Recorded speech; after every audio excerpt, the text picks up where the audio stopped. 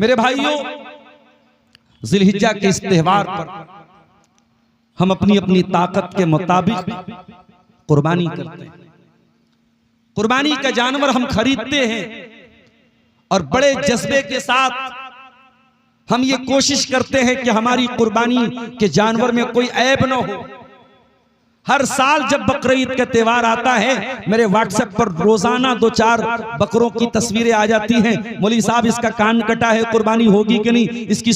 इसकी सींग टूटी है, कुर्बानी होगी कि नहीं? इसकी पूंछ कटी है, कुर्बानी होगी नहीं? हर साल ये मसले और ये सवालात हमारे सामने आते हैं। मैं इन सवालों से नाराज नहीं होता हूं।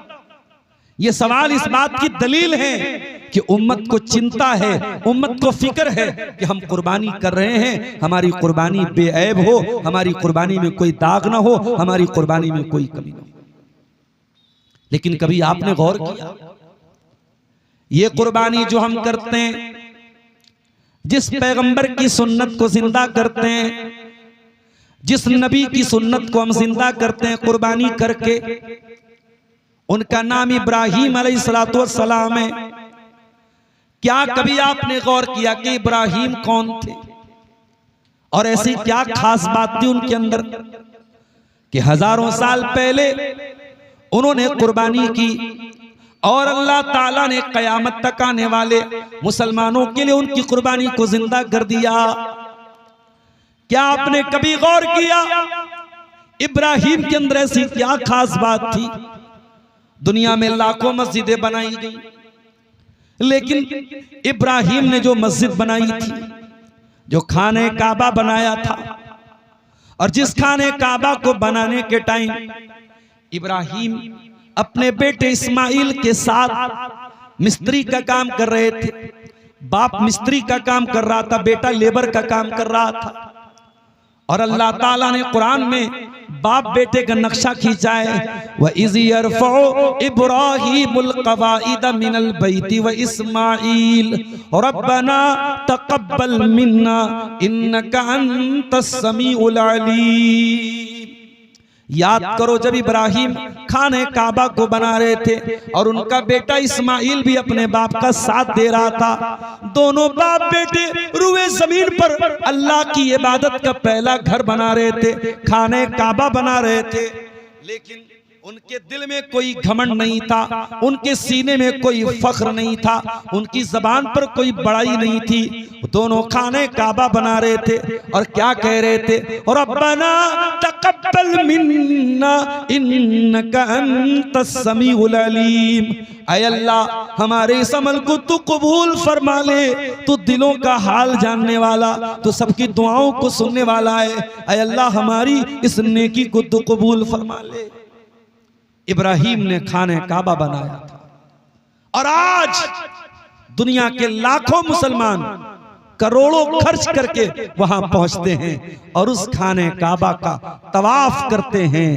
और इब्राहीम की बीवी हाजरा ने जिस सफा और मरवा का चक्कर लगाया था, वहां का चक्कर लगाते हैं। और जो जमजम इस्माइल जब प्यासे थे, उनकी प्यास को बुझाने के लिए अल्लाह ताला ने जो पानी भेजा था, जमजम का पानी, आज दुनिया के लाखों मुसलमान मक्के में जाते हैं और जमजम पीते हैं और घर भी लेके आते हैं। कोई मरने लगता है उसको जमजम पिलाते हैं, कोई बीमार होता है उसको जमजम पिलाते हैं। मेरे प्यारे साथियों, ऐसी क्या खास बात थी इब्राहीम के अंदर? आज की तकरीर में हम जानने की कोशिश करेंगे इब्राहीम के अंदर ऐसी क्या क्वालिटी थी, ऐसी क्या विशेषता थी, ऐसी क्या खूबी थी कि अल्लाह ताला ने इब्राहीम को यह दर्जा दिया था। कुरान करीम को उठाइए, कुरान का 14वां पारा, अल्लाह तबारक व तआला इब्राहीम अलैहिस्सलाम का इंट्रोडक्शन कराता है, उनका तारुफ कराता है 2 आयतों के अंदर। इन्ना इब्राहीम कान उम्मतन कानितन लिल्लाहि हनीफा। इब्राहीम अकेले एक उम्मत के बराबर थे। ओ लोगो, ओ कस्बा पूर्णिया के मेरे मुस्लिम भाइयों, ओ बिहार की सरजमीन से ताल्लुक रखने वाले मेरे भाइयों, अभी मौलाना जो बंगाल से आए हैं हमारे बाद, जिनका खिताब होने वाला है, हजरत अली साहब, बंगाल के हालात बताने लगे कि बंगाल के हालात तब्दील हो गए। आज इतनी बड़ी कम्युनिटी, इतनी बड़ी कौम है हिंदुस्तान के अंदर, लेकिन जरा से हमको शिकायत होती है कि हालात बदल गए, हुकूमत बदल गई तो हालात बदल गए। गौर करो मेरे प्यारे साथियों, इब्राहिम अकेले थे पूरी कौम के मुकाबले में। पूरी कौम बुतों की इबादत करती थी, पूरी कौम शिर्क करती थी, पूरी कौम अल्लाह ताला का इनकार करती थी। इब्राहिम अकेले अल्लाह की तौहीद पर चलते थे।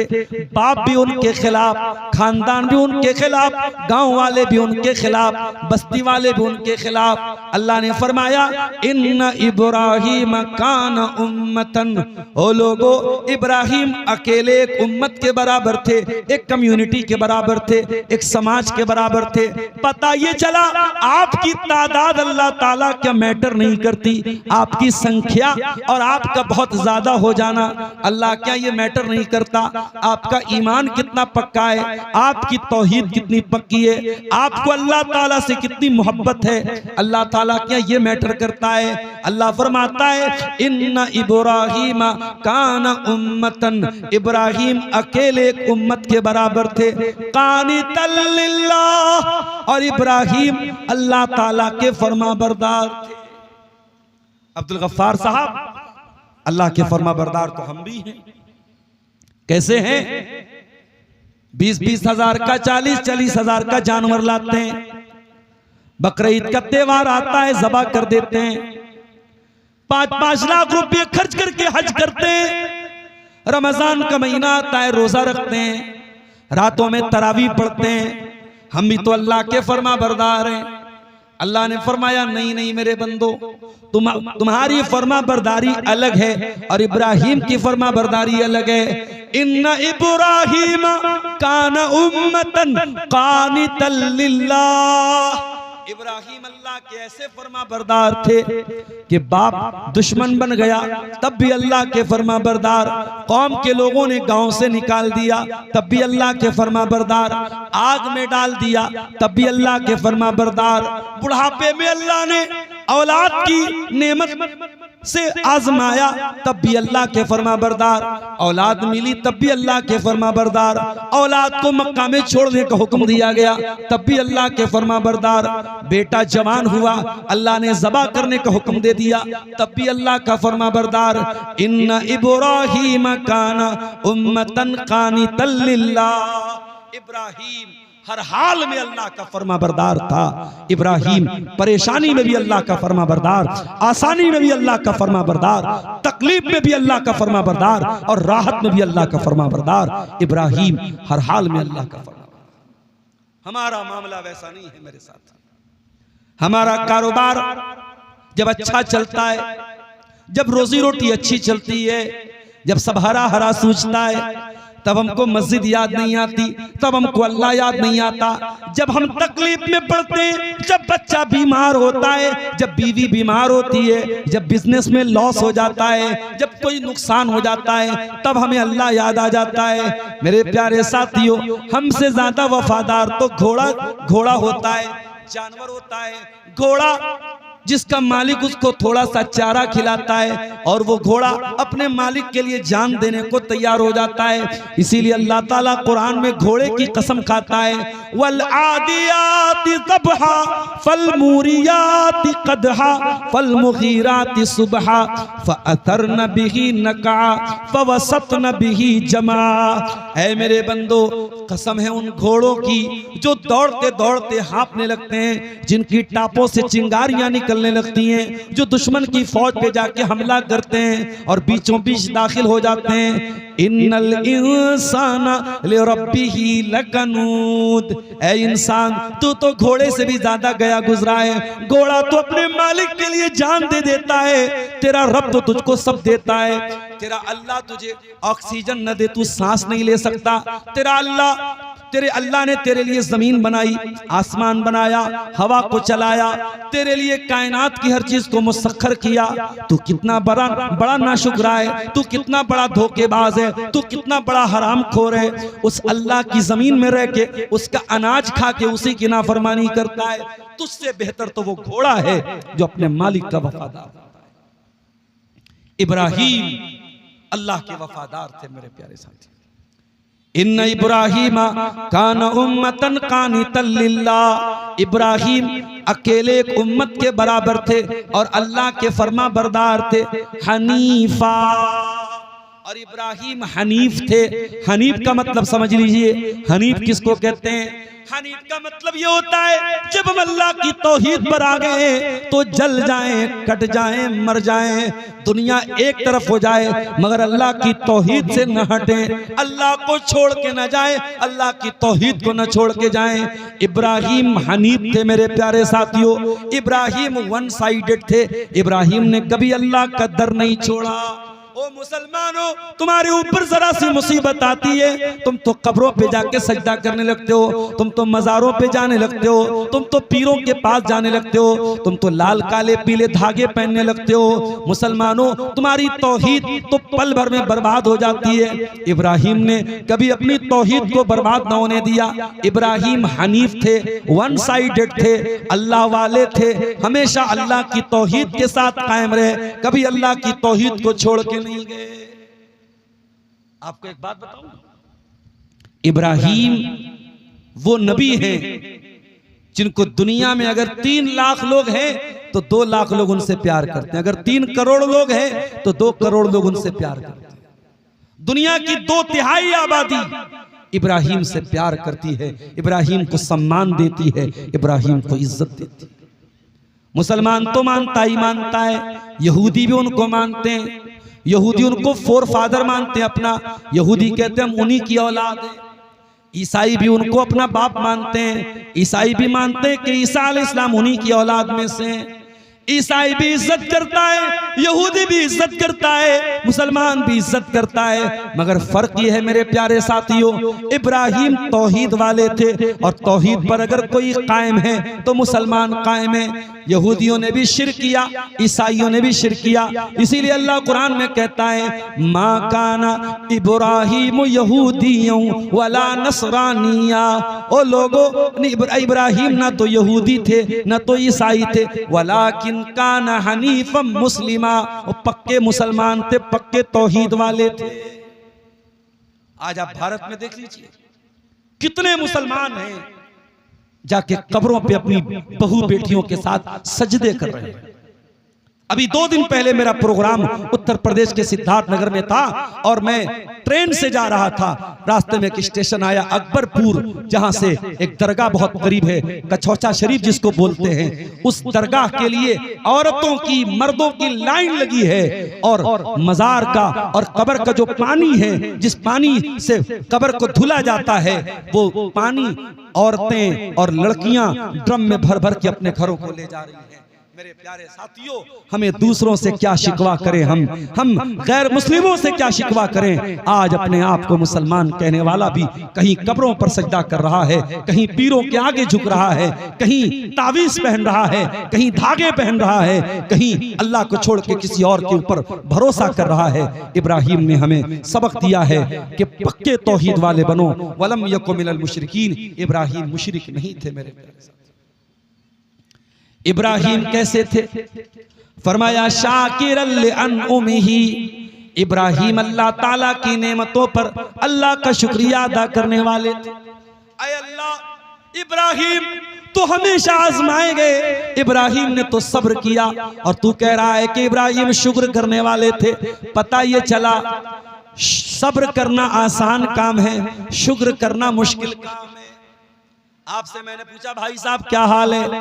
आपने कहा अल्हम्दुलिल्लाह, अल्लाह का शुक्र है। जबान से तो आपने अल्लाह का शुक्र अदा किया, लेकिन मेरे जाने के बाद आपने कहा अरे यार बड़ी परेशानी है, कारोबार में बड़ा मंदा चल रहा है, खेती में पैदावार बहुत कम हुई है। ओ लोगों, जब आपको ये लगे कि आप बड़ी परेशानी में हैं, कभी अस्पतालों का चक्कर जाके लगा लीजिए, कभी पटना के कैंसर हॉस्पिटल में चले जाइए, कभी कटिहार के मेडिकल हॉस्पिटल में चले जाइए, आपकी आंखें खुली की खुली रह जाएंगी। इतने मरीज पड़े हैं दुनिया में, इतने बीमार पड़े हैं दुनिया में, इतनी तकलीफों में लोग दुनिया में कि आप तसव्वुर नहीं कर सकते, आप सोच नहीं सकते मेरे साथियों। अभी उड़ीसा का एक वाकया मीडिया में आया, दुनिया ने थू थू की कि आज भी इंडिया के अंदर ऐसा हो रहा है। जीतू मुंडे नाम का एक आदमी जिसकी बहन का इंतकाल हो गया और बहन का बैंक में अकाउंट था, 17-18 हजार रुपये बैंक के बहन के अकाउंट में थे। जीतू मुंडे अपनी बहन का पैसा लेने के लिए बैंक जाता है और कहता है मेरी बहन का इंतकाल हो गया है और मेरी बहन का इकलौता वारिस मैं हूं। ऐ बैंक वालों, अपनी बहन का इकलौता वारिस मैं हूं, मेरी बहन का पैसा मुझे ट्रांसफर किया जाए, मुझे दिया जाए। बैंक वालों ने कहा हम कैसे मान ले आपकी बहन मर गई, आपको डेथ सर्टिफिकेट लाना पड़ेगा, आपको मृत्यु प्रमाण पत्र लाना पड़ेगा, आपको इस बात का सबूत लाना पड़ेगा कि आपकी बहन का इंतकाल हो गया है। जीतू मुंडे गरीब आदमी था, अनपढ़ आदमी था, उसे क्या मालूम कि मृत्यु प्रमाण पत्र कहां बनता है। वो बहुत हाथ जोड़ के अपील करता रहा बैंक वालों से। बैंक वाले टस से मस न हुए।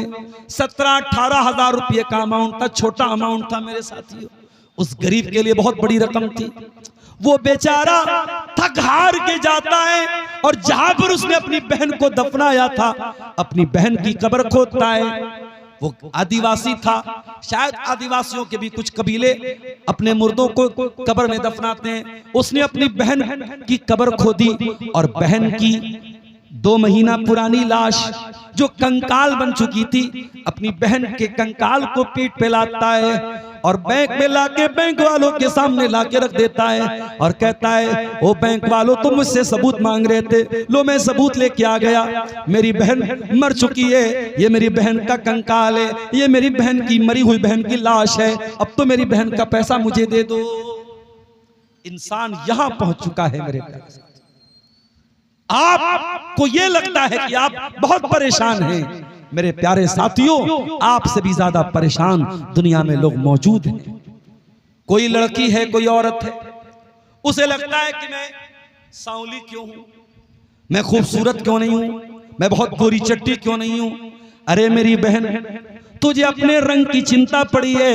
दुनिया में लाखों औरतें ऐसी हैं जिनकी इज्जत महफूज नहीं है, जिनके शौहर के पास इतनी कमाई नहीं है कि वो एक घर बना करके अपनी औरत को इज्जत के साथ 4 दीवारी के अंदर छत के नीचे रख सकें। उनकी बीवी, उनकी औरत खुले आसमान के नीचे, रास्तों के ऊपर, चौराहों के ऊपर, फुटपाथों के ऊपर रात गुजारती है। उनके बच्चों की इज्जत महफूज नहीं, उनकी जवान बेटियों की इज्जत महफूज नहीं।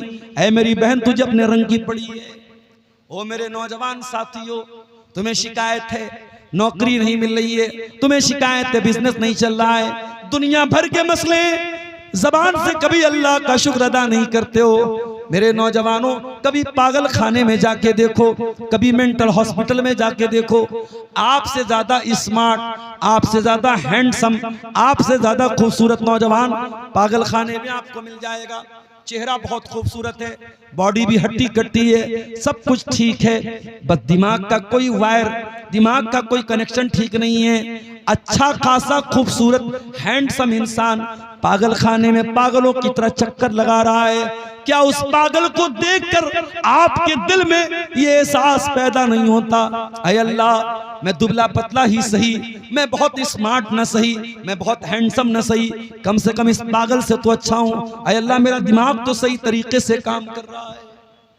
मेरे प्यारे साथियों, मुसीबतों में सब्र करना आसान काम है, लेकिन शुक्र करना मुश्किल काम है।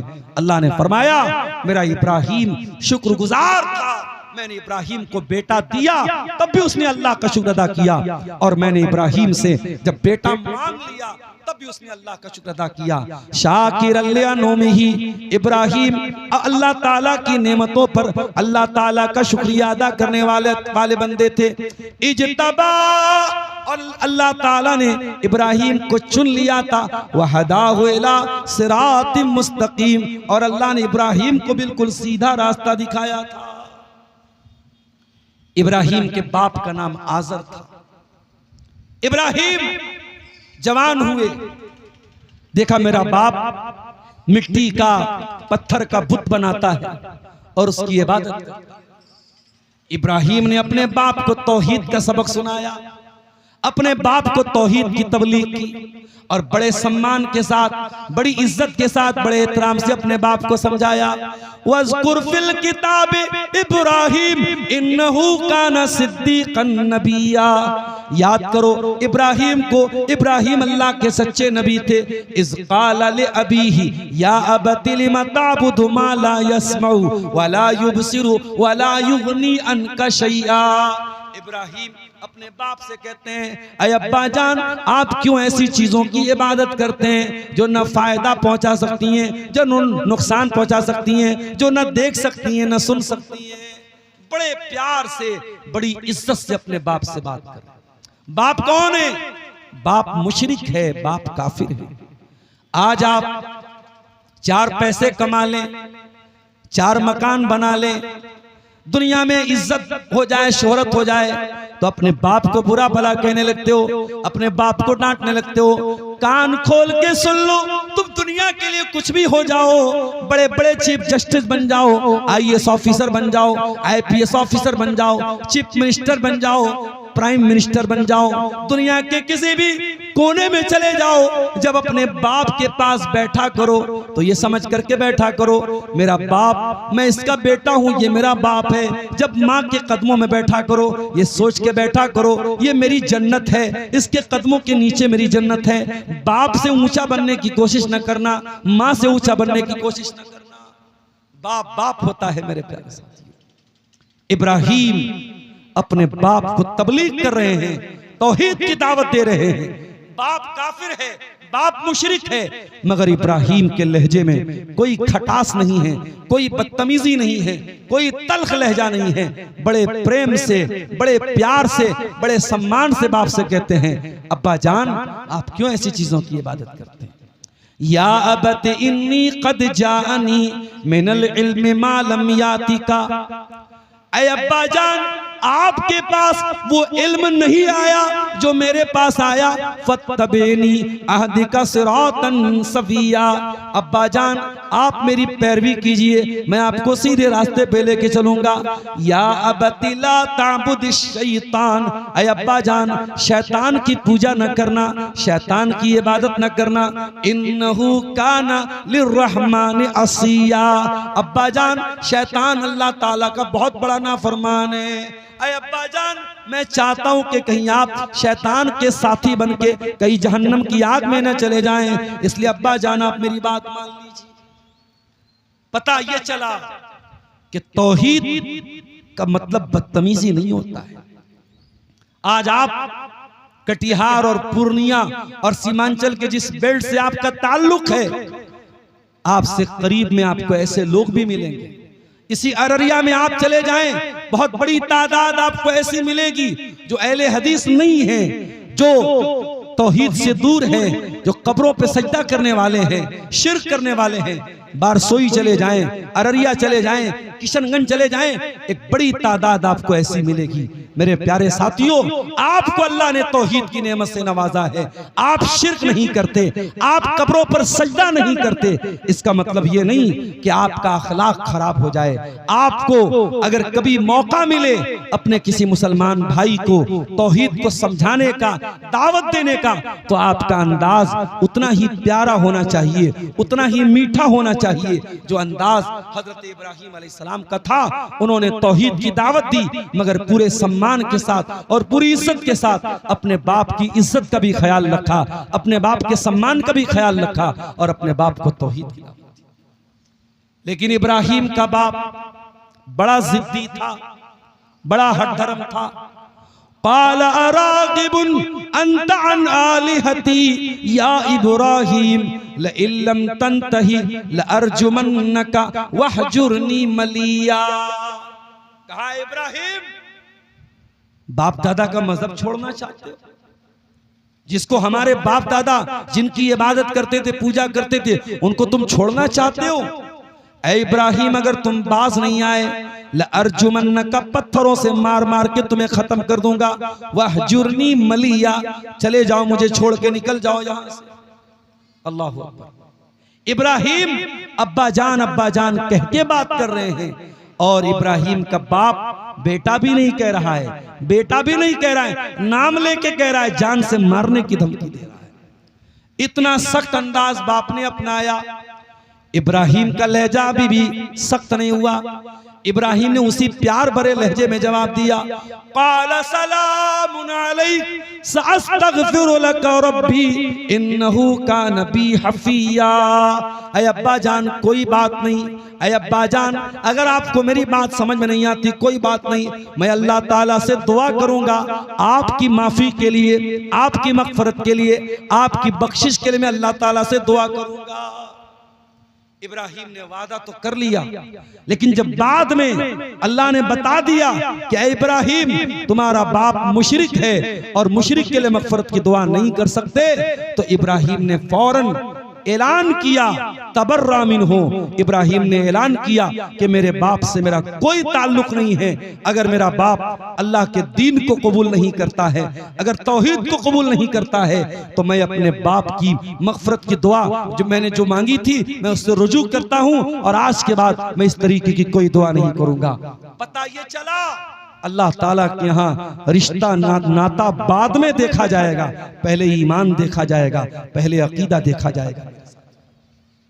आज इंसान बिरादरी पर नाज़ करता है, मैं शेरशाबादी हूँ, मैं शेख हूँ, मैं अंसारी हूँ, मैं सैयद हूँ, मैं पठान हूँ। ओ लोगों, ये बिरादरियाँ जो आपने बनाई हैं, ये बिरादरी जान पहचान के लिए तो ठीक है, ये नाम बताने के लिए तो ठीक है, लेकिन खबरदार अगर दिल के किसी कोने में ये बैठा हुआ है मेरी बिरादरी ज्यादा अच्छी है, मेरी बिरादरी ज्यादा ऊंची है, मेरा मकाम ज्यादा ऊंचा है, तो कान खोल के सुन लो। कुरान कहता है या अय्युहन्नास इन्ना खलकनाकुम मिन ज़करिन व उन्सा, ऐ इंसानों तुम एक माता पिता की संतान हो, एक माँ बाप की औलाद हो, एक आदम और एक हव्वा की औलाद हो। वजअलनाकुम शुऊबन व क़बाइल लितआरफू, ये तुम्हारी जो बिरादरियां बनाई गई, ये जो तुम्हारे खानदान बनाए गए, ये जान पहचान के लिए बनाए गए। इन्ना अक्रमकुम इंदल्लाहि अत्क़ाकुम, ओ लोगो तुम में सबसे ज्यादा इज्जत वाला वो है जिसके अंदर अल्लाह का तकवा सबसे ज्यादा है, अल्लाह का डर सबसे ज्यादा है। यहाँ ये नहीं देखा जाएगा आप किसके बेटे हैं और किसके बाप हैं और आपकी बिरादरी क्या है, अल्लाह क्या ये नहीं देखा जाएगा। अल्लाह के आपका अकीदा देखा जाएगा, अल्लाह के आपकी तौहीद देखी जाएगी। हजरत नूह अलैहिस्सलाम का बेटा, हजरत नूह अलैहिस्सलाम का बेटा उनकी आंखों के सामने डूब के मर गया और जहन्नम की आग में जलेगा। अपने बाप पे ईमान नहीं लाया। क्यों नहीं? इसलिए कि नूह अलैहिस्सलाम ने बहुत तबलीग की, बहुत समझाया, मगर उनका बेटा ईमान नहीं लाया। शायर कहता है बगावत पर हो आमादा तो डूबे नूह का बेटा, यहाँ नामो नसब की बरतरी से कुछ नहीं होता। अल्लाह क्या ये नहीं देखा जाएगा आप किसके बेटे हैं, आप किसके बाप हैं? अल्लाह के यहाँ आपका अमल देखा जाएगा, आपकी तौहीद देखी जाएगी। मेरे प्यारे साथियों, इब्राहिम का बाप ईमान नहीं लाया और इब्राहिम अपने बाप को छोड़ के चले गए। बाप को छोड़ दिया इब्राहिम ने, अल्लाह की तौहीद के लिए बाप को छोड़ दिया। आसान काम नहीं होता है बाप को छोड़ना। जिनके बाप जिंदा हैं शायद उन्हें मेरी बात समझ में ना आए, जिनके बाप मर चुके हैं उनको मेरी बात समझ में आएगी।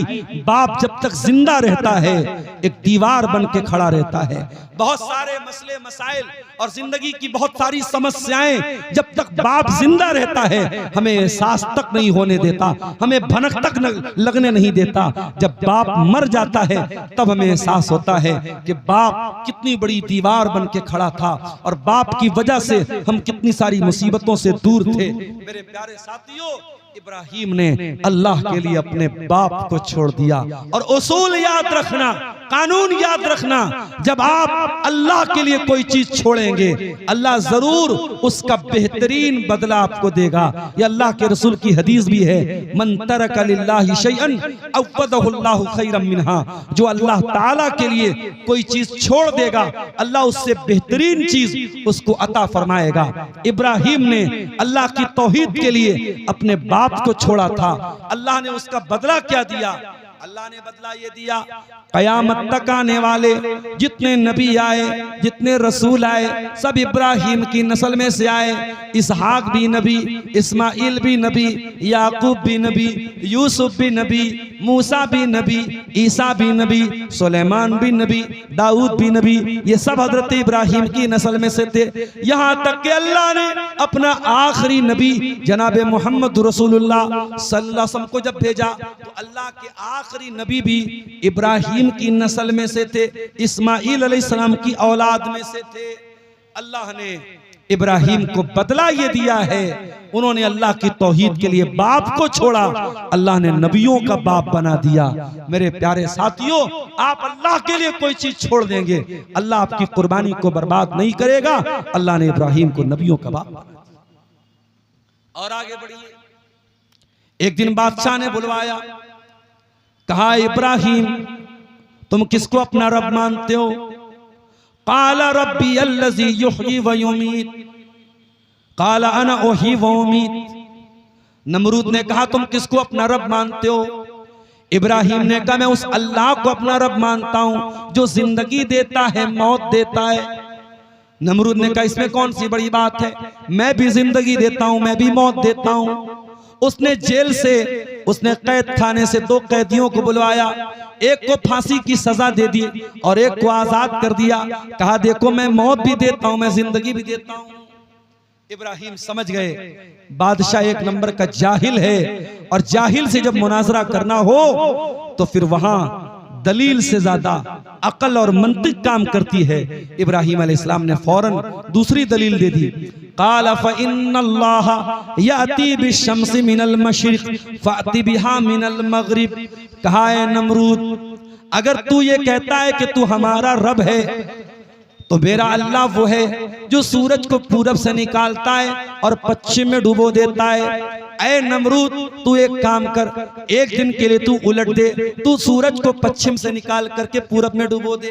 फबुहितल्लज़ी कफ़र, कुरान कहता है कि वो हैरान रह गया, हक्का बक्का रह गया, और इब्राहिम की इस दलील का कोई जवाब वो नहीं दे पाया। मेरे प्यारे साथियों, पता ये चला कि इब्राहिम एक बहुत अच्छे मुनाजिर भी थे, मुनाजरा का फन भी वो जानते थे, किस तरीके से सामने वाले को कायल करना है, किस तरीके से दलील देना है, इब्राहिम बहुत अच्छी तरीके से जानते थे। इब्राहिम अलैहिस्सलाम की कौम सितारों की पूजा करती थी, सूरज की इबादत करती थी, चांद की इबादत करती थी। एक दिन इब्राहिम अलैहिस्सलाम छत पे चढ़े, उनकी कौम के लोग भी आसपास में थे। फलम्मा जन्ना अलैहिल लैलु रआ कौकबन काला हाज़ा रब्बी। जब हजरत इब्राहिम ने सितारे को देखा, सितारा चमक रहा था, कहा है लोगों ये देखो ये सितारा जिसको तुम रब मानते हो, चलो मैं भी रब मानता हूँ। फलम्मा अफला, थोड़ी देर के बाद जब सुबह हुई सितारा गायब हो गया। इब्राहिम ने कहा ओ लोगों सितारा तो गायब हो गया, सितारा तो डूब गया। ला उहिब्बुल आफिलीन, और मैं डूबने वालों को पसंद नहीं करता, जो डूब जाए वो रब नहीं हो सकता, वो हमारा माबूद नहीं हो सकता।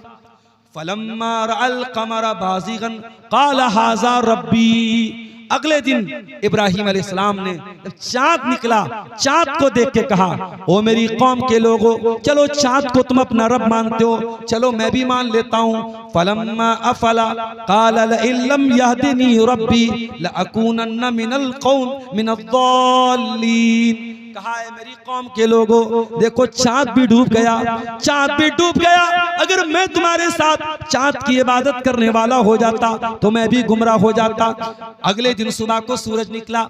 फलम्मा रअश-शम्स बाज़िगतन क़ाला हाज़ा रब्बी हाज़ा अकबर। जब सूरज निकला, सूरज तो सबसे बड़ा था देखने में, हजरत इब्राहिम ने कहा चलो सूरज को रब मान लेते हैं। फलम्मा अफलत क़ाला या कौमी इन्नी बरीउम मिम्मा तुशरिकून। जब शाम को मगरिब का टाइम आया और सूरज गुरूब हो गया, सूरज डूब गया, इब्राहिम ने ऐलान किया ऐ मेरी कौम के लोगों, न चाँद तुम्हारा रब, न सितारा तुम्हारा रब, न सूरज तुम्हारा रब है। इन्नी वज्जहतु वजहिया लिल्लज़ी फ़तरस समावाति वल अर्ज़ हनीफा। ऐ मेरी कौम के लोगों, मैंने तो अपना चेहरा उस अल्लाह की तरफ कर लिया है जो आसमानों और जमीन का पैदा करने वाला है, मैं उसी अल्लाह को अपना रब मानता हूं, उसी अल्लाह को अपना माबूद मानता हूं। इस तरीके से इब्राहीम अलैहिस्सलाम ने अपनी कौम को, मेरे प्यारे साथियों, तौहीद का पाठ पढ़ाया, तौहीद का सबक पढ़ाया। मगर यह काम आसान नहीं था। कौम दुश्मन हो गई और जब हजरत इब्राहीम खुल्लम खुल्ला उनके बुतों को बुरा भला कहने लगे, कौम उनके खिलाफ हो गई, कौम दुश्मन हो गई। एक दिन इब्राहीम ने कहा कि ऐ मेरी कौम के लोगों, तुम्हारे इन पत्थर के माबूदों का मैं बहुत बुरा हाल करने वाला हूं। एक दिन कौम का कोई त्योहार था, कोई मेले का दिन था, सारी कौम मेला और त्योहार मनाने चली गई। इब्राहीम अपनी कौम के बुत खाने में आए और सारे बुतों को तोड़ दिया, बड़े वाले को छोड़ करके। जब कौम के लोग मेले से वापस आए अपनी इबादत करने के लिए, तो देखा हमारे सारे माबूद तो टूटे पड़े हैं।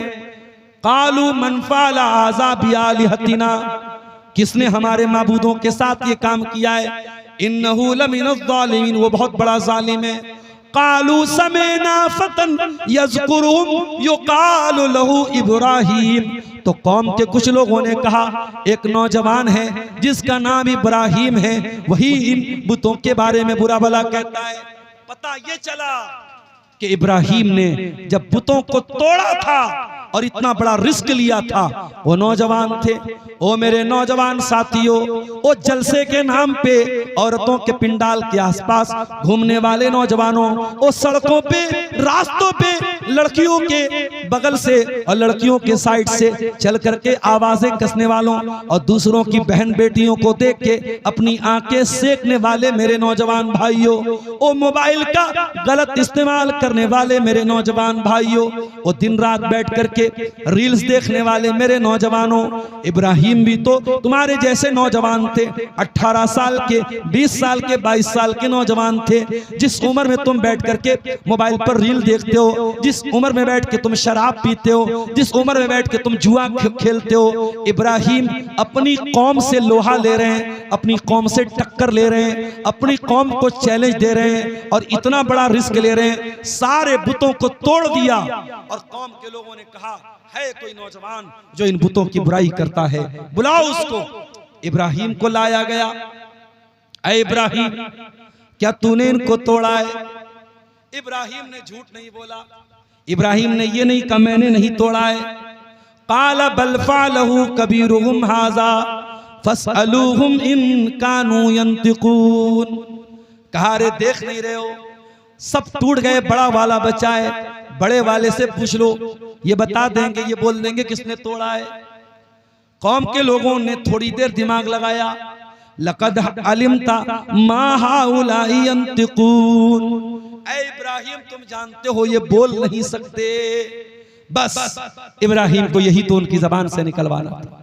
काला उफ़्फ़िल लकुम वलिमा ताबुदून मिन दूनिल्लाह अफ़ताबुदून मिन दूनिल्लाहि। ऐ मेरी कौम के लोगों, अफसोस है तुम्हारी अकल के ऊपर, तुम अल्लाह को छोड़ के ऐसी चीजों की इबादत करते हो जो न नुकसान पहुंचा सकती हैं, न फायदा पहुंचा सकती हैं, न सुन सकती हैं, न देख सकती हैं, न बोल सकती हैं। तुम्हारी अकल मारी गई है, तुम्हारी मत मारी गई है, तुम क्यों इनकी इबादत करते हो? जब इब्राहीम ने इतनी मजबूत दलील दे दी और इब्राहीम की कौम लाजवाब हो गई, तो हर जमाने में तरीका क्या रहा है, जब बातिल के पास दलील का जवाब दलील से नहीं बचता है तो बातिल ताकत का इस्तेमाल करता है। कालू हर्रिकूहु वंसुरू आलिहतकुम इन कुंतुम फाइलीन।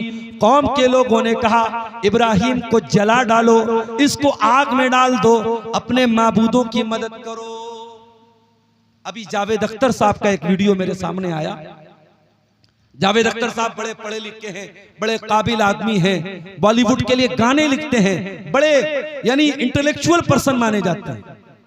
उनका एक वीडियो मैंने देखा, बड़ी बचकाना बात उन्होंने कही। क्या कहा कि आप अपने घर में नौकर रखते हैं तो सोच समझ के रखते हैं, अपनी गाड़ी का ड्राइवर रखते हैं तो सवाल करते हैं कैसी गाड़ी चलाते हो, पहले कहां चलाते थे, कितनी सैलरी लोगे। अपने घर में खाना पकाने वाला बावर्ची रखते हो, कुक रखते हो उसकी सैलरी देने के पहले सवाल करते हो। कहा वो लोगों बड़ी अजीब बात है, बावर्ची रखते हो तो सवाल करते हो, ड्राइवर रखते हो तो सवाल करते हो, नौकर रखते हो तो सवाल करते हो, और गॉड को ऐसे ही मान लेते हो, गॉड को ऐसे ही रख लेते हो, गॉड के बारे में कोई सवाल नहीं करते। अब जरा सोचिए कि भानमती का कुंबा जोड़ा, कहां की ईट कहां का रोड़ा। जावेद अख्तर साहब अल्लाह को किससे जोड़ रहे हैं? नौकर से जोड़ रहे हैं, ड्राइवर से जोड़ रहे हैं, कुक से जोड़ रहे हैं। हम जावेद अख्तर साहब से कहना चाहेंगे, जावेद साहब आपकी मिसाल सही नहीं है। ड्राइवर को हम सैलरी देते हैं, बावर्ची को हम सैलरी देते हैं, नौकर को हम तनख्वाह देते हैं, और अल्लाह तो वो है जिसने हमको पैदा किया। हम अपनी माँ के पेट में थे, 9 महीने अपनी माँ के पेट में थे, दुनिया हमारा नाम भी नहीं जानती थी। हम तो माँ के पेट में थे, हमारा चेहरा भी किसी ने नहीं देखा था। दुनिया में आए तो कोई सेल्फी ले रहा है, कोई वीडियो बना रहा है, कोई फोटो ले रहा है। जावेद अख्तर साहब जब अपनी माँ के पेट में थे, वहां कौन सी जात है जो माँ के पेट में हमें ऑक्सीजन पहुंचा रही थी, हमें खिला रही थी, हमें पिला रही थी, हमारा दिल बना रही थी, हमारा दिमाग बना रही थी। हमको 9 महीने माँ के पेट में एक कंप्लीट इंसान बनाने वाला कौन है? वही तो गॉड है, जिसको आप गॉड कहते हैं और जिसको हम अल्लाह कहते हैं। वो अल्लाह है जावेद अख्तर साहब। अल्लाह को हमने नहीं रखा, अल्लाह हमको रखता है। अरे अल्लाह अगर चाहे, अभी बनारस मैं सुबह मदरसे में पढ़ा रहा था, एक हमारे मोहल्ले के करीब से एक खबर आई, 2 लड़के बाइक से जा रहे थे और एक तेज रफ्तार की एम्बुलेंस आई और बाइक को लड़ाते हुए, और बाइक पर 2 लोग सवार थे, एक को कुचलते हुए चली गई, एक का ऑन स्पॉट इंतकाल हो गया, एक बेचारा भी हॉस्पिटल में आखिरी सांसें ले रहा है। अरे अल्लाह तो वो है जो पल भर में हमारे दिल की धड़कन को रोक सकता है, पल भर में हमें मौत दे सकता है। अल्लाह वो है जो जरा सी ऑक्सीजन को रोक ले, हमें ऑक्सीजन का सिलेंडर लेना पड़ता है। अल्लाह वो है जो दिल को जरा सा धड़कना रोक दे तो हार्ट अटैक आ जाता है। अल्लाह वो है जो दिमाग का कोई तार अगर छोड़ दे तो हम पागल हो जाते हैं। जावेद अख्तर साहब, अल्लाह वो है जो हमें जिलाता है और मारता है। अल्लाह को आप ड्राइवर और कुक के साथ उसकी मिसाल नहीं दे सकते हैं। इब्राहिम अलैहिस्सलाम ने अपनी कौम को समझाया कि ऐ मेरी कौम के लोगों, मत इबादत करो पत्थर के बुतों की, जो तुम्हें फायदा नहीं पहुंचा सकते, नुकसान नहीं पहुंचा सकते, न देख सकते हैं न सुन सकते हैं। कौम के लोगों ने कहा जला डालो इब्राहिम। अकेले इब्राहिम को जलाने के लिए बहुत बड़ी आग जलाई गई। मेरे प्यारे साथियों, एक आदमी को जलाने के लिए कितनी आग चाहिए होती है, मगर इब्राहिम को जलाने के लिए इतनी बड़ी आग जलाई गई। पूरा गांव जलाया जा सकता था, पूरा कबीला जलाया जा सकता था। और जब आग जलाई गई, औरतें आ करके लकड़ियां देती थी। किसी औरत का बच्चा बीमार हो जाता था, कहती थी अगर मेरा बच्चा ठीक हो जाएगा मैं इब्राहिम की आग में इतनी लकड़ियां दूंगी। बहुत खतरनाक आग जलाई गई। और जब आग में डालने का नंबर आया इब्राहिम को, इब्राहिम का कुर्ता उतार दिया गया, इब्राहिम के बदन से कपड़ा उतार दिया गया और उनको बरहना करके और नंगा करके आग में डाला गया ताकि आग जल्दी से उनके बदन को जला। इब्राहिम को आग में डाला जा रहा है। इब्राहिम की पेशानी पर कोई बल नहीं है, इब्राहिम के चेहरे पर कोई घबराहट नहीं है, कोई रोना धोना नहीं है, कोई शिकायत नहीं है। जब इब्राहिम को आग में डाला गया, इब्राहिम की जबान पर एक ही जुमला था, हस्बी अल्लाहु व निअमल वकील।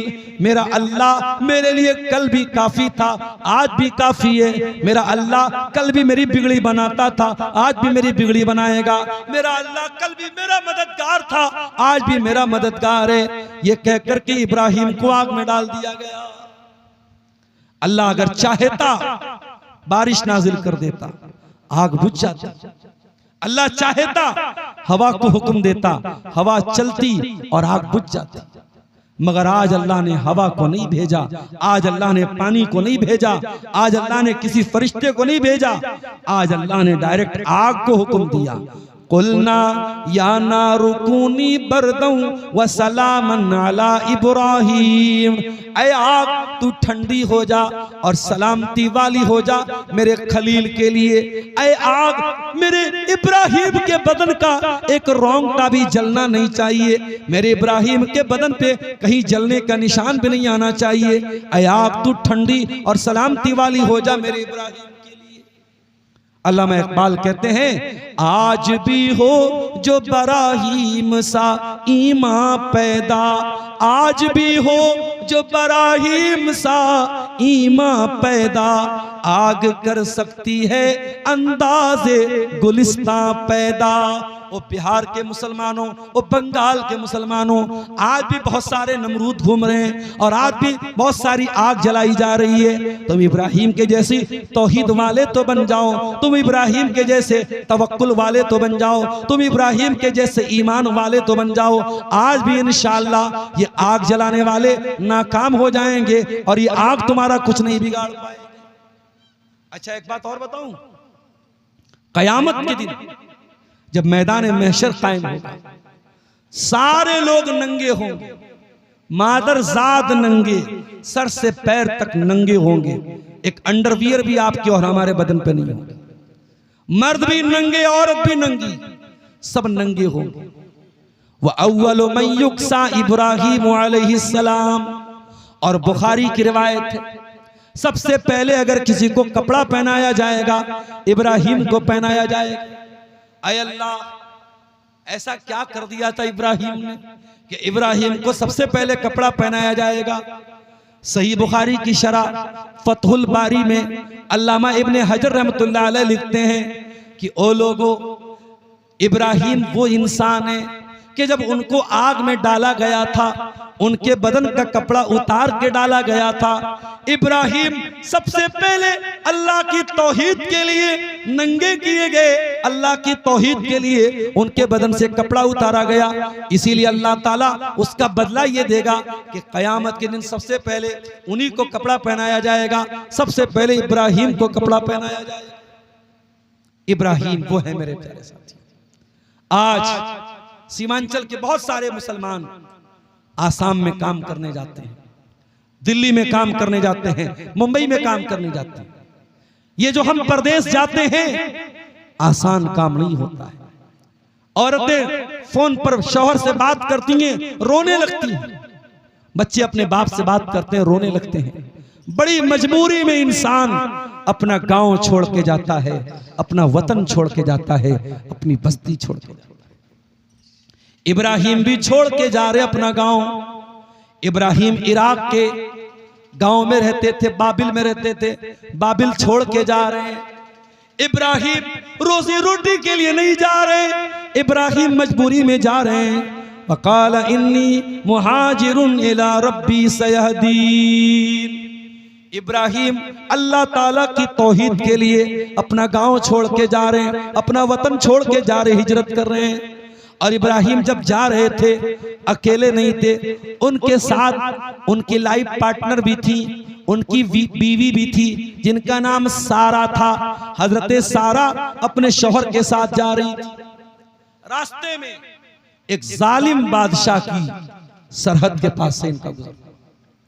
जालिम बादशाह की आदत थी, अगर कोई खूबसूरत लड़की नजर आ जाती थी उसके साथ रेप करता था और उसके शौहर को कत्ल करवा देता था। अगर वो शादीशुदा होती थी, शौहर को कत्ल करवा देता था, औरत के साथ रेप करता था। बड़ा ही बदतमीज और बड़ा ही बेहुदा और बड़ा ही जालिम बादशाह। उसने सारा को देखा, सारा बहुत खूबसूरत थी। उसने इब्राहिम को कैद खाने में डाला और सारा को अपने पास बुलवाया। जब सारा इब्राहिम के पास से जाने लगी, इब्राहिम ने धीरे से सारा के कान में कहा, ऐ मेरी बीवी सारा, अगर बादशाह तुमसे पूछे कि ये कौन था तो ये मत बताना कि ये मेरे शौहर थे। शौहर बताओगी तो मुझे कत्ल कर दिया जाएगा। ये बताना कि तुम मेरी बहन हो और मैं तुम्हारा भाई हूँ। और ये बात गलत भी नहीं है, अगरचे हम दोनों मियाँ बीवी हैं, मगर ईमान के रिश्ते के एतबार से इस वक्त पूरी दुनिया में अल्लाह की तौहीद पे चलने वाला एक मैं हूँ, एक तुम हो। ईमान के रिश्ते के एतबार से हम दोनों भाई बहन हैं। लिहाजा अगर बादशाह पूछे तो बता देना कि तुम मेरी बहन हो।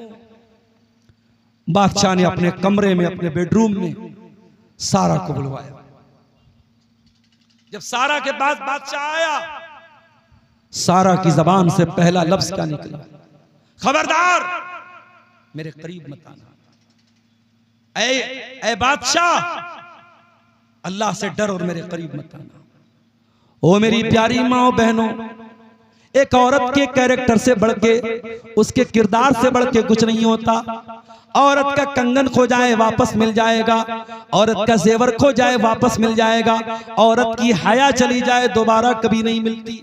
औरत का असल कंगन, असल जेवर उसकी हया है, उसकी आबरू है, उसकी इज्जत है। इसलिए मेरी प्यारी माँ बहनों, कभी अपने आप को किसी के हाथ का खिलौना न बनने देना।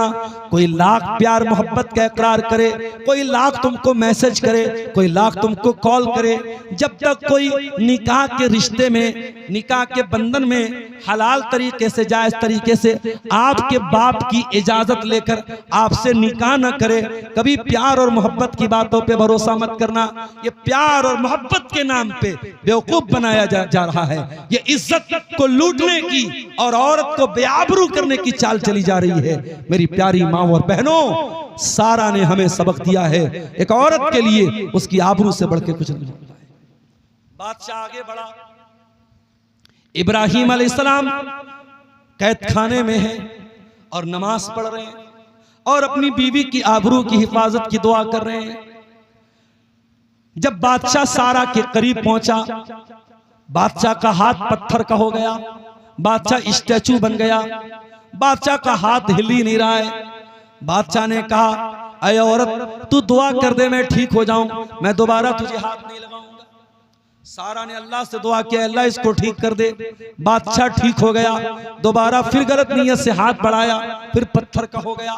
लगातार 3 मरतबा ऐसा हुआ और तीनों मरतबा हजरत सारा ने दुआ कर दी, ठीक हो गया। ओ लोगों, पता ये चला कि अगर औरत नेक हो तो अल्लाह ताला औरत की दुआ को भी कबूल करता है और औरत के जरिए भी करामत जाहिर होती है। यहाँ सारा की करामत देखिए कि सारा की इज्जत पर हाथ डालने के लिए जो बादशाह आगे बढ़ रहा है, बादशाह का हाथ पत्थर का हो जाता है और सारा दुआ करती है, बादशाह ठीक हो जाता है। जब लगातार 3 मरतबा ऐसा हुआ, बादशाह ने कहा, ले जाओ इसको, किसको लेके तुम लोग चले आए? और जाते जाते बादशाह ने अपनी एक लौंडी जिनका नाम हाजर था, सारा को गिफ्ट के तौर पे दे दिया। जाओ, ये लौंडी मैं तुम्हें गिफ्ट के तौर पे दे रहा हूं, जाओ इसको लेके चली जाओ, मेरी हुकूमत से चली जाओ। जब सारा अपने शौहर के पास आई, देखा इब्राहिम नमाज पढ़ रहे हैं और अपनी औरत की, अपनी बीवी की इज्जत की दुआएं कर रहे हैं। सारा ने दूर से देख के कहा, रद्दल्लाहु कैदल फाजिर व अखदम हाजर, ऐ मेरे शौहर, आप जल्दी से सलाम फेर दीजिए, अल्लाह ने आपकी दुआ कबूल कर ली। अल्लाह ने बादशाह की चाल को नाकाम कर दिया और अल्लाह ताला ने हाजरा की शक्ल में हमें एक तोहफा भी दे दिया। और यही हाजरा जो बतौर गिफ्ट दिया था बादशाह ने, हजरत इब्राहिम उनसे निकाह करते हैं और ये हाजरा इब्राहिम की दूसरी बीवी बन जाती है और इन्हीं के पेट से इब्राहिम को पहलौठी की औलाद पैदा होती है। बड़ी दुआओं के बाद और बड़ी आरजुओं के बाद और 80-85 साल के होने के बाद जब इब्राहिम दुआ करते हैं, रब्बे हबली मिनस सालिहीन, ऐ अल्लाह मुझे नेक बेटा अता फरमा दे। अल्लाह कहता है, फबश्शरनाहु बिगुलामिन हलीम, हमने एक बहुत ही सब्र करने वाला, एक बर्दाश्त करने वाला, एक हलीम बेटा इब्राहिम को दिया। इस्माइल पैदा हुए हजरत हाजरा के पेट से, और जब इस्माइल पैदा हुए, अल्लाह ने एक और इम्तिहान में डाला और कहा कि इब्राहिम जाओ और अपनी बीवी हाजरा को और अपने बच्चे इस्माइल को लेके जाओ और मक्का में छोड़ के चले आओ। वो मक्का आज का मक्का नहीं था जहां बड़े बड़े होटल मौजूद है, जहां क्लॉक टावर मौजूद है, जहां बड़ी बड़ी बिल्डिंगें मौजूद है। वो मक्का ऐसा मक्का था बेवादिन गैर ज़ी ज़रइन, अनाज का एक दाना भी पैदा नहीं होता था, पानी का एक कतरा भी वहां पैदा नहीं होता था। इब्राहिम अलैहिस्सलाम अपनी बीवी हाजरा को और अपने बच्चे इस्माइल को लेकर के पहुंचे। खाने काबा भी टूट फूट चुका था, खाने काबा का थोड़ा सा निशान बचा हुआ था। वहीं पर इब्राहिम ने अपनी बीवी हाजरा को छोड़ा और अपने बच्चे इस्माइल को छोड़ा और छोड़ करके जाने लगे। थोड़ी सी खजूरें थी, थोड़ा सा पानी था। हाजरा ने देखा इब्राहिम वापस जा रहे हैं। इला मन तत्रुकुना, ऐ मेरे सरताज कहां जा रहे हैं, किसके हवाले छोड़ के जा रहे हैं? मैं अकेली औरत, ये दूध पीता बच्चा, ये थोड़ा सा पानी, ये थोड़ी सी खजूरें कितनी देर तक हमारा साथ देंगे? ऐ इब्राहिम, ऐ मेरे सरताज कहां जा रहे हैं? इब्राहिम ने कोई जवाब नहीं दिया। फिर हाजरा ने कहा अल्लाहु अमरका बिहाजा, ऐ मेरे सरताज कहीं ऐसा तो नहीं ये अल्लाह ताला का हुक्म है, ये अल्लाह का इम्तिहान है, ये अल्लाह की तरफ से आजमाइश है? इब्राहिम ने सर हिला के जवाब दिया हाँ है मेरी बीवी, ये अल्लाह की तरफ से एक इम्तिहान है।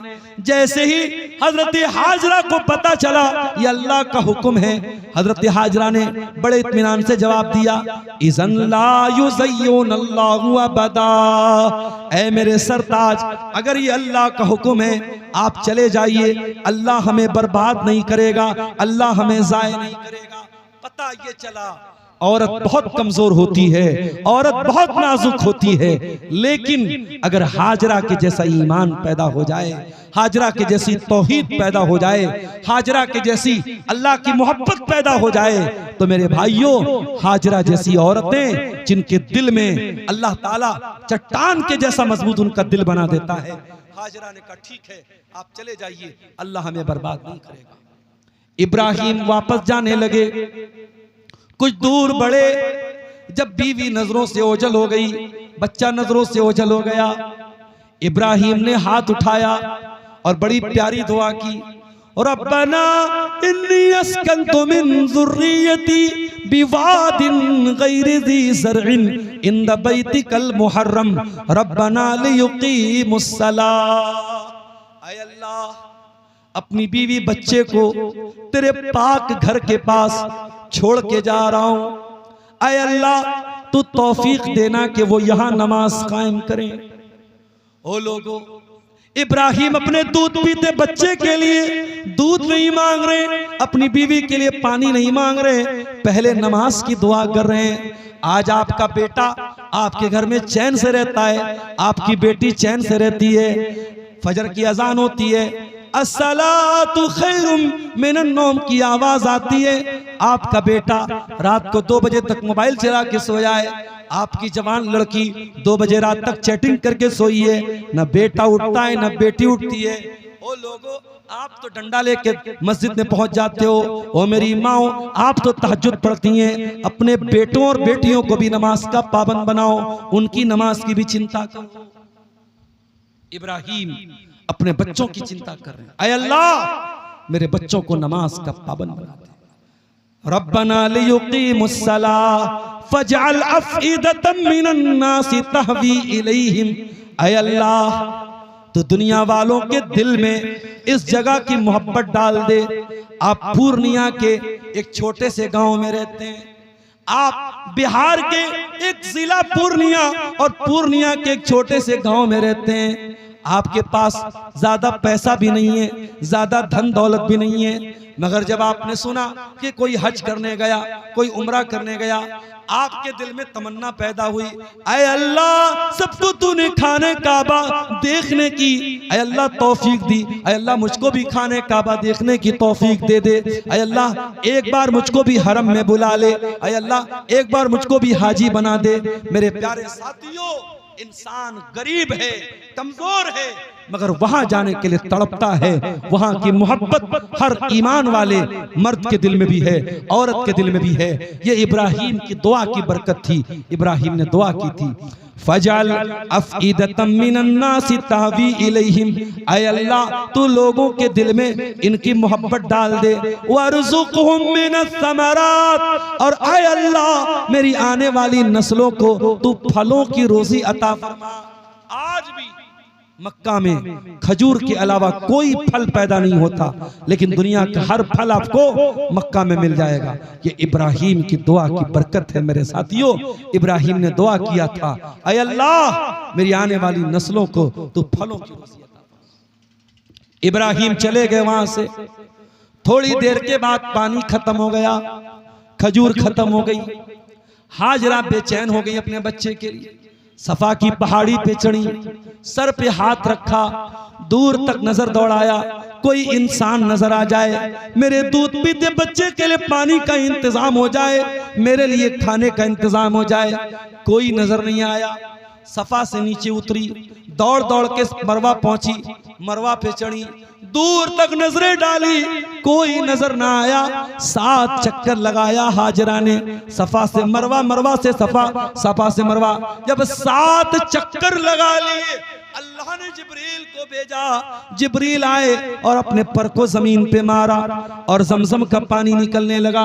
और जैसे ही जमजम का चश्मा फूट गया और जमजम निकलने लगा, हजरत हाजरा अपने दुपट्टे से उसकी मुंडेर बनाने लगी, उसका बैरिकेडिंग बनाने लगी, उसकी बॉर्डर बनाने लगी।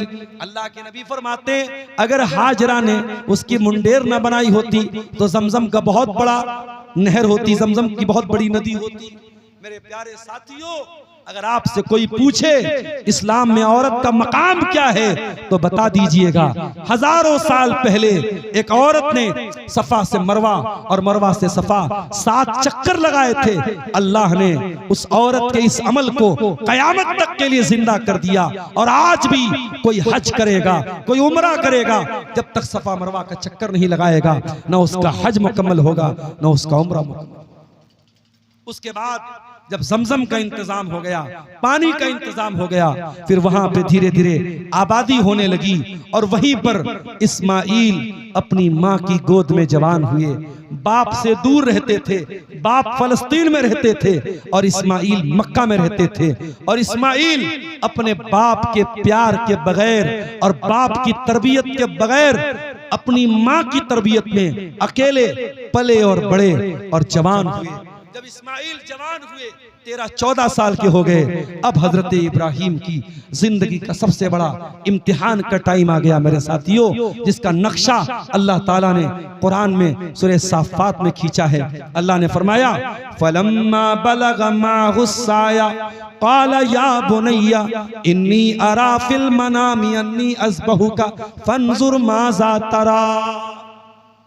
जब वो बेटा अपने बाप के साथ दौड़ने के काबिल हो गया, इब्राहिम ने लगातार 3 दिन ख्वाब में देखा कि वो अपने हाथों से अपने बेटे को ज़बह कर रहे हैं। इब्राहिम फलस्तीन से चल करके मक्का आए और आकर के अपने बेटे से मिले, इस्माइल से मिले। वो इस्माइल जो बाप से दूर रहा है, बाप का प्यार जिसको बहुत कम मिला है, बाप 13-14 साल के बेटे से कहता है, ऐ मेरे बच्चे, मैंने ख्वाब देखा है, मैंने ख्वाब देखा है कि मैं तुझे ज़बह कर रहा हूं। फंजुर माज़ा तरा, तो तू बता तेरी क्या राय है। वो लोगों, इब्राहिम कोई राय लेना नहीं चाहते थे।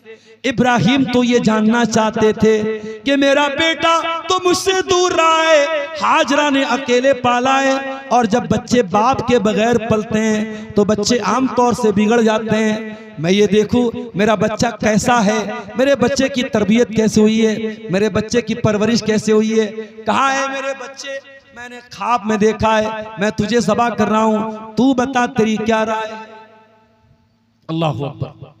आज का कोई बेटा होता क्या जवाब देता? अपने बाप को 4 बातें सुना देता कि अरे आप तो दूर रहे मुझसे, छोड़ के चले गए बचपन में, और आकर के आज मुझे कत्ल करने की बात करें, मेरा गला काटने की बात करें।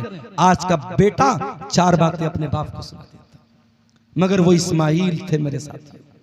क़ाला या अबति फ़अल मा तुअमर सतजिदुनी इंशाअल्लाहु मिनस साबिरीन। कहा, अब्बा जान, आपको जो हुक्म मिला है आप पूरा कर डालिए, अब्बा जान आपको जो हुक्म मिला है आप पूरा कर डालिए, अल्लाह ने चाहा तो आप मुझे सब्र करने वाला पाएंगे। ओ लोगों, ये तरबियत का असर है, ये माँ की तरबियत का असर है, ये हाजरा की तरबियत का असर है। आप अपने बच्चों को महंगे से महंगे स्कूल में डाल दें, मदरसे में डाल दें, लेकिन अगर नेक माँ नहीं है, अच्छी माँ नहीं है, आपका बच्चा कभी जिंदगी में कामयाब नहीं होगा। बच्चे की कामयाबी के पीछे माँ का बहुत बड़ा रोल है। इसीलिए अल्लामा इकबाल कहते हैं, ये फैजाने नजर था या के मकतब की करामत थी, सिखाए किसने इस्माइल को आदाबे फरजंदी। इस्माइल तैयार हो गए, कहा अब्बा जान आपको जो हुक्म मिला है आप पूरा करें।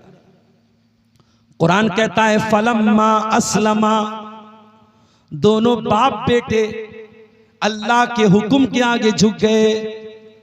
ओ लोगों, तुम क्या समझते हो गोश्त खा लेने का नाम, टोपी लगा लेने का नाम, कुर्ता पैजामा पहन लेने का नाम मुसलमान नहीं है? अरे मुसलमान उसको कहते हैं जो अल्लाह के हर हुक्म के आगे अपना सर झुका दे, जो अल्लाह ताला की हर आजमाइश के आगे सरेंडर हो जाए, अल्लाह के हर इम्तिहान पे खरा उतरने के लिए तैयार हो जाए, मुसलमान उसको कहते हैं। फलम्मा अस्लमा, जब दोनों बाप बेटे मुसलमान हो गए, जब दोनों बाप बेटे अल्लाह के हुक्म के आगे झुक गए, वतल्लहू लिल जबीन, और बाप ने बेटे को पेशानी के बल लेटा दिया, वनादैनाहु अय्या इब्राहीम, और हमने पुकारा ऐ इब्राहिम, तेरे बेटे को कत्ल करवाना हमारा मकसद नहीं है, तेरे बेटे के गले पे छुरी चलवाना हमारा मकसद नहीं है।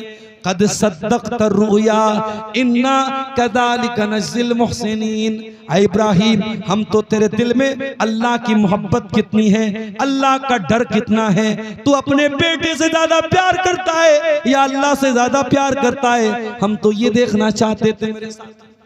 ये कुर्बानी है इब्राहीम अलैहिस्सलातु वस्सलाम की, जिसकी यादगार के तौर पे हम हर साल ईद उल अज़हा के मौके पर अपने अपने जानवरों की गर्दन पे छुरी चलाते हैं।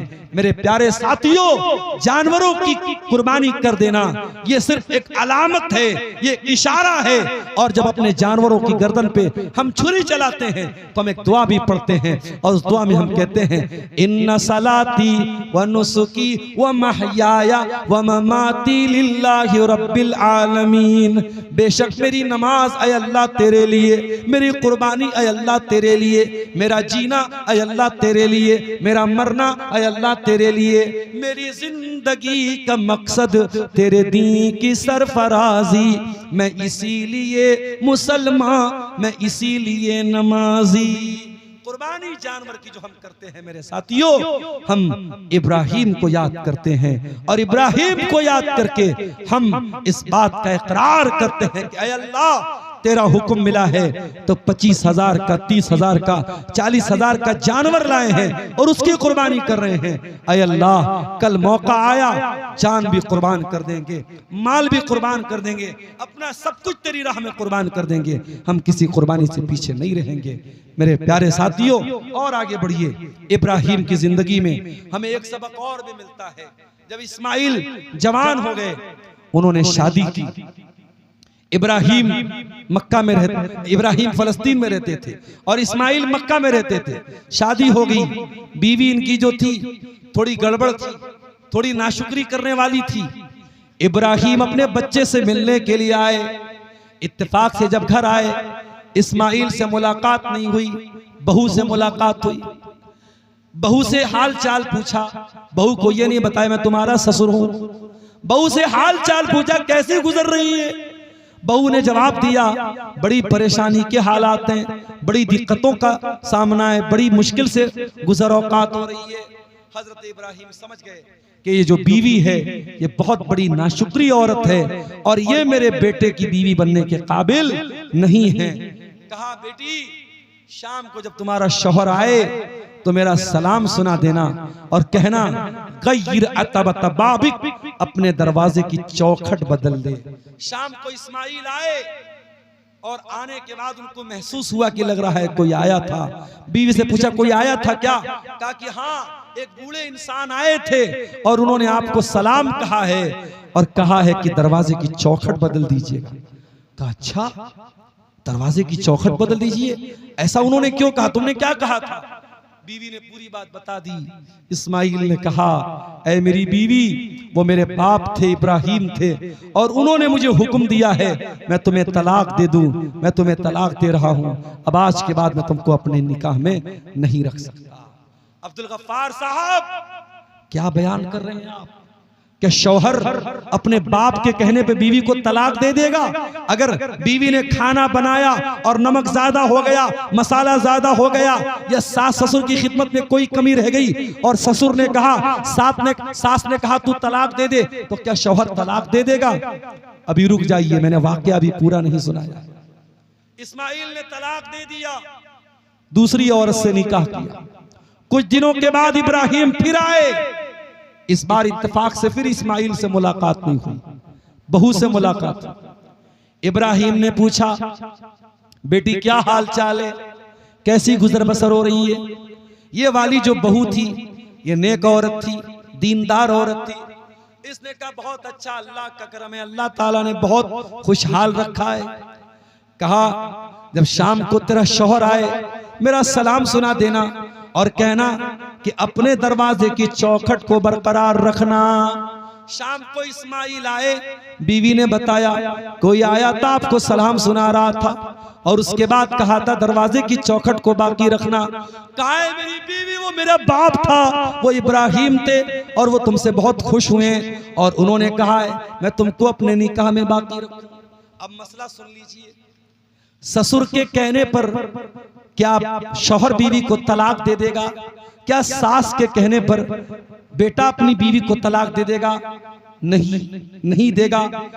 इब्राहिम के कहने पर इस्माइल ने तलाक दिया था, क्योंकि इब्राहिम नबी थे। अगर इब्राहिम जैसा कोई बाप है, दीनदार है, नेक है, समझदार है, और वाकई में औरत के अंदर कोई इतनी बड़ी कमी है कि जिसकी वजह से वो औरत बीवी के तौर पे रखने के काबिल नहीं है, तब बेटा तलाक देगा। सिर्फ बाप के और माँ के कहने पे तलाक नहीं देगा। और ये भी सुन लीजिए, इब्राहिम ने अपनी बहू को दरवाजे की चौखट कहा था। पता ये चला कि औरत दरवाजे की चौखट होती है, और दरवाजे की चौखट वो चीज होती है जहां से आप घर में एंट्री करते हैं। अगर चौखट ही गड़बड़ हो तो घर में एंट्री बहुत खराब हो जाती है। अगर औरत गड़बड़ है, अगर घरवाली गड़बड़ है, तो पूरे घर का सत्यानाश हो जाएगा। इसलिए जब रिश्ता देखने जाया करो तो पैसा बाद में देख लेना, दौलत बाद में देख लेना, खानदान बाद में देख लेना, पहले दीनदारी देख लेना। अगर दीनदार औरत है आपके घर जन्नत बना देगी, और बेदीन औरत है, बदकार अगर औरत है, तो वो आपके घर को जहन्नम बना देगी। मेरे प्यारे साथियों, ये एक दो सवालात आए हैं, हजरत अली साहब आ चुके हैं, हम गुफ्तगू को खत्म करेंगे। इब्राहीम अलैहिस्सलाम की सीरत के कुछ वाक़यात मैंने आपके सामने बयान किए थे। हम इन वाक़यात की रोशनी में अपनी तरबियत करें। सिर्फ जानवर की कुर्बानी करके हम ये न समझें हमने फरीज़ा अदा कर दिया। हम इब्राहीम का किरदार भी अपनाएं, इब्राहीम की तौहीद भी अपनाएं, इब्राहीम का इखलास भी अपनाएं, अपने बच्चों की तरबियत भी इब्राहीम के तरीके पर करें। हमारी माएँ बहनें सारा के नक्शे कदम पे चलें, हाजरा के नक्शे कदम पे चलें, हमारे नौजवान इस्माइल के नक्शे कदम पे चलें। अगर वाकई में हमने इब्राहीम की जिंदगी को समझ लिया तो इंशाअल्लाह तब सही मानों में हमारी कुर्बानी का जानवर खरीदने के बाद बाइक से एक्सीडेंट हो गया तो वो जानवर कुर्बानी देना कैसा होगा? देखिए, खरीदने के बाद अगर जानवर के अंदर कोई कमी आ जाए और वो कमी या वो ऐब आपकी किसी कोताही की वजह से, यानी जानबूझ करके आपकी तरफ से कोई गलती नहीं हुई है और कोई ऐब आ गया, बीमार हो गया या जख्मी हो गया, तो उस जानवर की कुर्बानी में कोई हर्ज की बात नहीं है। लेकिन अगर आपकी कमी की वजह से, आपकी गलती से जानवर को चोट लग गई, तो फिर अगर दूसरा जानवर करने की ताकत है तो आप दूसरा जानवर कर लीजिए। और दूसरा जानवर करने की ताकत नहीं है तो मजबूरी में आप उसी जानवर की कुर्बानी कर दीजिए। इंशाअल्लाह आपकी नीयत के मुताबिक अल्लाह ताला अजर सवाब देगा। लेकिन बहरहाल खरीदने के बाद अगर कोई ऐब पैदा होता है तो इंशाअल्लाह जब आपने खरीदा था सही सालिम था तो उस जानवर की कुर्बानी कर सकते हैं, उसमें इंशाअल्लाह कोई हर्ज की बात नहीं है। वल्लाहु आलम बिस्सवाब। क्या भैंस की कुर्बानी कर सकते हैं? देखिए, भैंस उन जानवरों में से नहीं है जिन जानवरों का जिक्र कुरान में कुर्बानी के जानवरों में किया गया है। कुर्बानी के 8 जानवरों का जिक्र है कुरान में। उसमें गाय बैल है, उसमें ऊंट ऊंटनी है, उसमें भेड़ा भेड़ी है, उसमें बकरा बकरी है, उसमें भैंस का जिक्र नहीं है। मगर उलमा की एक बहुत बड़ी तादाद का ये मानना है कि चूंकि अरबी जबान में भैंस को भी गाय की एक जिन्स माना गया है और अरबी लुगत की कोई भी किताब आप खोलेंगे तो उसमें आपको मिलेगा अल जामूस नौउम मिनल बकर, कि भैंस भी गाय की एक किस्म है। लिहाजा भैंस की कुर्बानी कर सकते हैं। खास तौर से जिन इलाकों में गाय की कुर्बानी पर पाबंदी है और कानूनन उसकी कुर्बानी पर सजा है तो वहां कोई भी इंसान जो है ऐसे जानवर की कुर्बानी न करे जिसकी वजह से वो और उसकी पूरी कौम परेशानी में पड़ जाए। और ऐसे माहौल में उलमा ने भैंस की कुर्बानी की इजाजत दी है। ये एक उलमा का एक मौकिफ है। और अगर आप बकरा वगैरह ले सकते हैं, भेड़ा वगैरह ले सकते हैं तो उसकी कुर्बानी करें तो ज्यादा बेहतर है, ज्यादा अच्छी बात है, क्योंकि उसमें कोई इख्तिलाफ नहीं। जिसमें इख्तिलाफ हो उस काम से हमें बचना चाहिए। वल्लाहु आलम बिस्सवाब। आज के दौर में 7 हिस्सा देना कैसा है? बिल्कुल 7 हिस्सा ले सकते हैं बड़े जानवर में, साबित हदीस से कोई हर्ज की बात नहीं है। क्या नमाज में सूरह फातिहा छूट जाने से नमाज हो जाएगी? नहीं होगी। सूरह फातिहा नमाज का रुक्न है। ला सलात लिमन लम यक़रा बिफातिहतिल किताब, बगैर सूरह फातिहा के कोई नमाज नहीं होती। अल्लाह के रसूल की सही हदीस है, न अकेले नमाज होती है न इमाम के पीछे होती है। लिहाजा अगर सूरह फातिहा जिस रकात में आप नहीं पढ़ेंगे वो रकात आपकी नहीं होगी। ये चंद बातें आपके सामने रखी गई। अल्लाह ताला हम सबको नेक अमल अच्छी समझ की तौफीक अता फरमाए। अल्लाह कहने सुनने से ज़्यादा अमल की तौफीक दे। आमीन। व आखिर दावाना अनिल हम्दुलिल्लाहि रब्बिल आलमीन। वस्सलामु अलैकुम व रहमतुल्लाह।